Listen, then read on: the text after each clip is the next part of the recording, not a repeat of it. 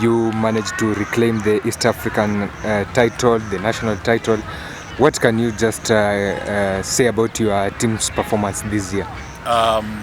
We want to thank God for the performance of the rugby team this year. We've tried to get there for the last 4 years. In 2016, missing out at the nationals, finishing position 3. We won the East Africa. In 2017, we won the nationals. We missed it out at the Eastern Central, finishing first runners-up. In 2018, I think it was not a very good year for us because we finished number 3 at the nationals. We went ahead and missed the Eastern Central Games, finishing out at number 2. But I think this year we want to thank God that things worked well as we had planned. Finishing top for the nationals and top for the Eastern Central, I think it was not a mean achievement for the team. Now you are heading to I know you have started preparations for the new year. Maybe what are your plans heading to that year? We actually already planning for next year. We know we are going to have a number of players exiting. Those are at Form 4. Now what we're working on is how we are going to replace these particular players. And the one good thing is that the spirit in the team is great. We have a pool of young players, especially at Form 2, who are showing up very great strength that they can replace these Form 4s who are leaving. So this year, at least you had Prescott. How was it important in your preparations? I want to say that we thank our principal very much for the Prescott, because it was not a very easy venture. He managed to sponsor us all the tournaments, and you realize that our Eastern Central performance was much better as compared to the nationals, and we want to attribute that to the participation at the Prescott Games. We basically used Form 1, 2 and 3 for the pool matches before the finals, and I think that exposure was very good for those particular boys. Now you have won the 15th national title, the Eastern Central title. Do you have plans as a coach maybe to go and to club level or other levels of coaching? I think I find it fantastic coaching the kids at high school because they're actually ready to learn, and it's fantastic. But we cannot deny opportunities when they come. We always believe that in this world, the greatest room is the room for improvement. If we get an opportunity one time, we shall always appreciate and thank God for that. And maybe you can just take us back. How did you start your coaching career? And maybe did you play rugby? I started playing rugby at Form 1 way back in 1997 in French School Kamsinga. I played rugby in Wind Machine when I was doing my undergraduate studies. I played for the under-21 in the year 2001 and 2002. And I think thereafter, I quit active playing.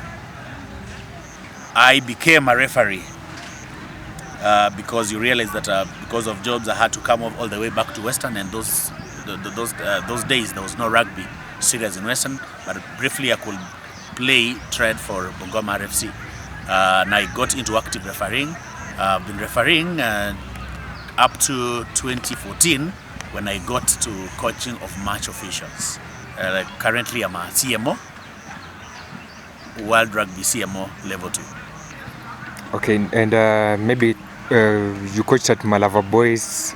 How is it different to coaching at Kakamega High? It was fantastic coaching Malava Boys, and when I got there was no rugby as such, and by the time we were getting to 2015, Malava Boys managed to play at the county level finals, both in rugby 15s and rugby 7s.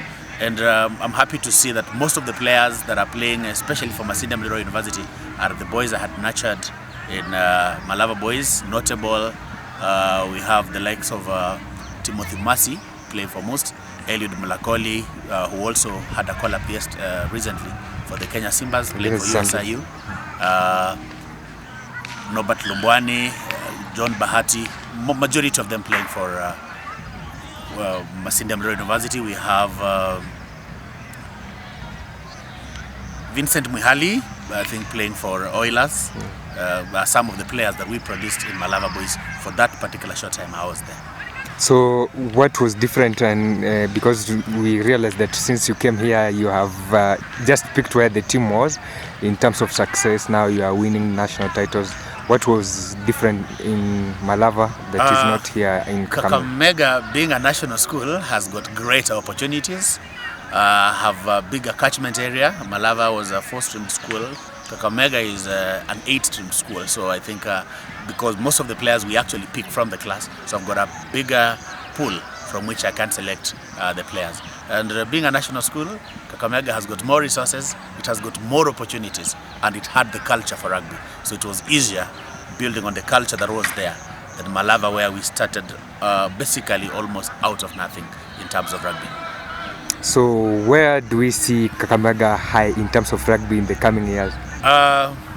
Can we say that the culture is fading on, or it is still there?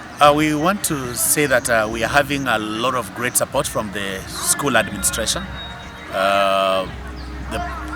Specifically the principal is really supporting us, supporting the rugby team, supporting the rugby players, as well as supporting, of course, the academics.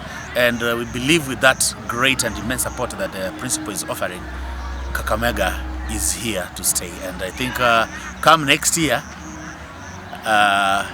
we want to say to the other teams that it might not be uneasy for them because we are here and we want to defend our national title, the Eastern Central title, next year. Maybe there are players who are leaving now, having finished their Form 4. What can you tell the clubs about them? They are good players. One great thing that we have nurtured in those boys is the discipline and the hard work. What we need to see is that we want to pray that they can play rugby for up to greater heights. Maybe just to mention, happy about a boy who left here last year, Timothy Okwemba, now already played for Kenya under 20 Brazil, now playing for Kenya Simbas, and that is great, and we feel happy when we see that. And I think we attribute that to the great discipline that they have picked up in Kakamega and the hard work that they do have. Okay, thank you very much, Coach. Thank you very much, sir.